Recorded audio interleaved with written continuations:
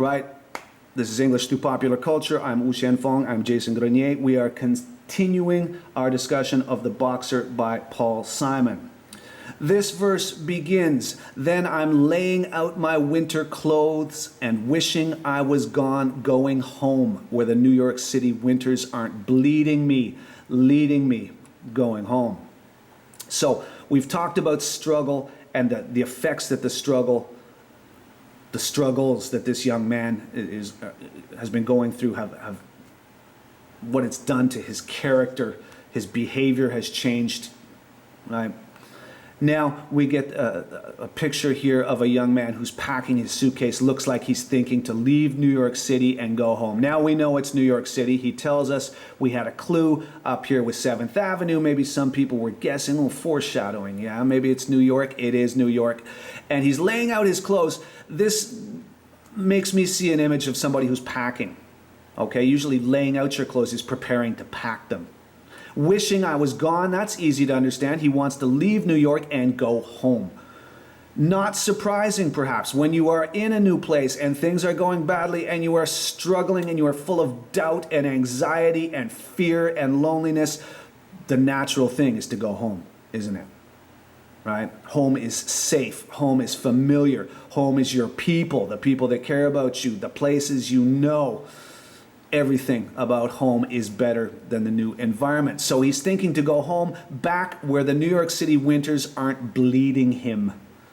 Now, the New York City winters, there's a lot going on here, I think. Now, maybe when you think New York City winters, I don't know how many of you have been to New York. I've got to be very careful about not closing winters. Maybe you're thinking, well, New York City winter doesn't sound that bad. Right, we look at these pictures here. It looks very, very picturesque, like a postcard, magical almost. That's probably Central Park there.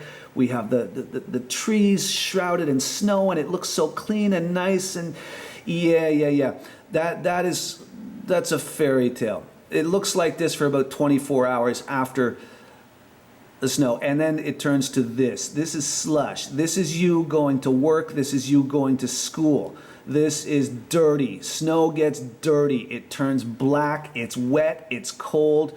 It's just, it's a misery. If you've ever lived in this part of the world, as I have, you will know that winter is a difficult season for a lot of people to get through. Okay, it's freezing cold, for one thing. The days are very short also. There's a lot of darkness. It's dark when most people go to work or school in the morning, and it's dark when you go home. It gets dark very early in the evening, 4:30, 5 o'clock, dark. So there's not a lot of daylight. It's cold. It's wet. So it's the weather that's making him feel bad. But come on, we can't ignore all his other problems. It's not just the weather in New York City that's making him want to leave. It's everything. We can't ignore the lack of money, the inability to find a job, the feeling that he's hit rock bottom, the idea that he's forced to live in the bad part of the town, and he's anxious and fearful and feeling lonely and in an unfamiliar place and doesn't trust anybody and can't say no to temptation. All of this. He's had enough, right? So he's thinking, very much considering going home. He's yearning, wanting familiar people and surroundings. And again, something that I think all of us can relate to at some point. Doesn't matter where we grew up, doesn't matter gender, doesn't matter what we study, all right? The experience, struggling sometimes, makes us want to quit. When things are too much and we feel like we're in a position where things are not going to get better, it's too difficult, the challenges are too serious, too numerous, it's easier to just quit and go home.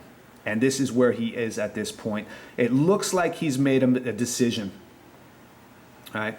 Give up and go back to New York City. Go back to home, I should say. Leave New York City. Which brings us now to the end of the song. We're finally at the end of the song, and we're finally hearing about a boxer. You may have been wondering, as we go through this song, the boxer. It's called The Boxer. Where's the boxer? There's no boxing here. There's no boxing in the middle. It's not until the end of the song that we see the image of a boxer. In the clearing stands a boxer and a fighter by his trade, and he carries the reminders of every glove that laid him down or cut him till he cried out in his anger and his shame, I am leaving, but the fighter still remains. The boxer. Okay, in the clearing stands a boxer. Now, I don't know about you, but when I think of boxers, I'll close some windows here. I think of strength, right? Physical strength. You got to be strong to go anywhere in this sport, right? You also have to be determined. You have to persevere. You can't be a quitter, right? I think of strength and determination, perseverance, the ability to just force yourself to keep going, right? You can't quit if you want to go anywhere in this sport. It's not a sport for quitters, right? You have to be able to absorb the pain, to ignore it, keep fighting, keep fighting. So he's telling us that this boxer is a fighter by trade, a professional, and even this strong, determined fighter, this professional fighter, carries the reminders of every glove that laid him down and cut him till he cried out. So this, I think, is referring to scars. We all know, I'm not going to show horrible pictures of boxers that are cut and scarred, but you can imagine a lot of damage to the face for a lot of boxers, right? So he's talking about scars here, that boxers have scars, physical scars. Even these super strong guys, these super determined athletes, they have scars. Now the scars here is a symbol. Scars are physical things. Usually we talk about physical scars, right? You have an accident or you cut yourself or something, right? But scars also can talk about emotional scarring or psychological damage. It doesn't matter. Scars is an image here for damage that we pick up as we go through life. It could be physical, emotional scars, psychological scars, these damage points that we accumulate, that we pick up as we go through life. We all struggle, right? Experiences that we go through, negative experiences, they hurt us in different ways. They cause us to feel pain, physical pain or emotional pain or psychological pain. It doesn't matter what, but nobody can escape this. Doesn't matter how strong you are, does not matter how determined you are, okay? It's human nature. We all feel pain, we all get hurt, we all get burned, and we carry this with us through life, right? Some people maybe are better at dealing with it than other people, but we never forget these things, right? The people that hurt us, the experiences that hurt us, they help us grow, right? Often they change us in ways that we would never have wanted to change. Sometimes the changes could be good, sometimes the changes could be bad, but the idea is that nobody is immune, nobody can escape this. This is life. As we go through life, we pick up damage along the way, right? And we remember these things, these people, these situations, these events that have caused us pain. We remember them, and sometimes we want to quit. Even like this boxer, super strong, super determined, wants to quit. Sometimes just says, that's enough.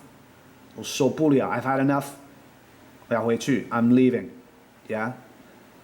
But everybody wants to quit sometimes, but the fighter still remains. So this boxer doesn't quit, wants to quit, but somehow finds a way to not quit.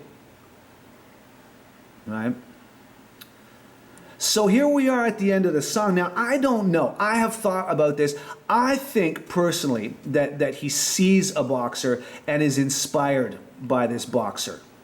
Right? Maybe he sees this boxer and thinks, yeah, I have to be like this. I can't quit. I don't want to quit. I want to keep fighting. I got to be stronger. I got to be more determined. I need to persevere here. I need to keep going. I need to find my way. Maybe he sees a boxer.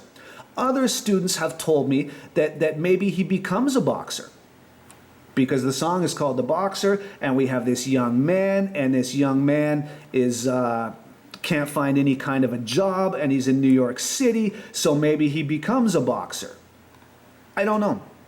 There's no way to know. Paul Simon never returns my calls when I call him and ask him. I say, Paul, I've got this class, English through Popular Culture, and I'd really like to know the answer to this question. He never calls me back. I don't know why.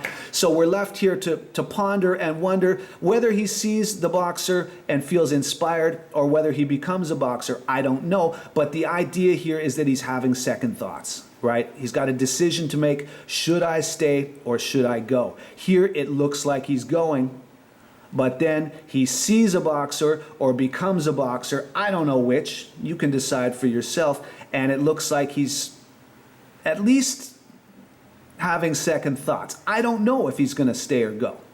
So I ask my students, and I'm going to ask you to think about this. What do you think he's going to do in this situation, based on everything you know about him and everything you know about his situation? Think about this. What would you do in this situation? Okay, imagine yourself. You're far from home, far from everybody that's familiar to you, from everyone that cares. You're lonely, you're young, you're broke, you have no money, you can't find a job, you're struggling, you're surrounded by temptation, you're thinking to go home. What are you going to do? And why? Why would you do what you say you're going to do? Think about that. Think about how you'd advise a friend. Let's say the phone rings. It's the middle of the night and it's your best friend, and your best friend is calling you from New York City, where he, she, they have moved to go to school or fall in love or get a job or have adventures or do something, and they're crying and they say, I'm thinking to come home. Everything is going wrong for me in this new place, and I don't know if I can do this. These are my problems, and I don't know if I have the strength to keep going. I don't know if I can stay here. I don't know if I can do this. So think about that. Think about similarities with Duncan, right? I asked you to think about that. Similarities. Similarities are things that are the same, common elements, right? We could call them that. With the other psalm called Duncan, there are many. I'm not going to spell them all out for you. That would make life too easy. Okay? We talked about the idea of Bildungsroman. Remember I mentioned that at the end of the lecture on Duncan. We could just go over there, I suppose, and take a quick look at that file.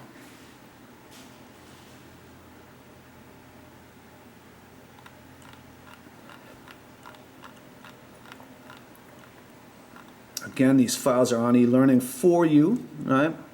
We talked about Bildungsroman. Bildungsroman talks about literature that describes the coming of age or the growing up of a character. Can we see this? I'm trying to zoom. That's not working. Let's do it like this. Okay, Bildungsroman literature. Every culture has this. Coming of age stories, growing up stories. All right, we're talking here not the physical growth so much, but we're talking about psychological growth, right? Mental growth, moral growth, becoming a better person or learning to do the right thing, making decisions based on what's right and what's wrong, spiritual growth, right? And in Bildungsroman literature, we always have tests and struggle. Right? The character needs to survive somehow, is challenged, right? And through this process of struggling, difficult situations, tests, right? The character grows spiritually, morally, psychologically. So this is another example of Bildungsroman literature, right? Duncan, this song, we said clearly, Bildungsroman, right? Story about becoming more mature, finding a way to survive, changing from a child to a man. Not physically, but mentally, right? Finding a way to survive. Characters coming in to help, right? The young girl in the parking lot in this song. Here is there a character coming in to help in the boxer. So we've talked about Bildungsroman a little bit. I'm suggesting to you today that this song, The Boxer, is another example of Bildungsroman in song form. And in next week's lecture, I'm going to discuss the elements of Bildungsroman in more detail. We're going to explore this term and what it means, what these stories look like. Because as I said, every culture has them. I defy you to find me a culture where there are no Bildungsroman legends, stories, songs, poems. Everybody grows up, everybody struggles. It's the universal human experience. That's where I'm going to stop this lecture for today.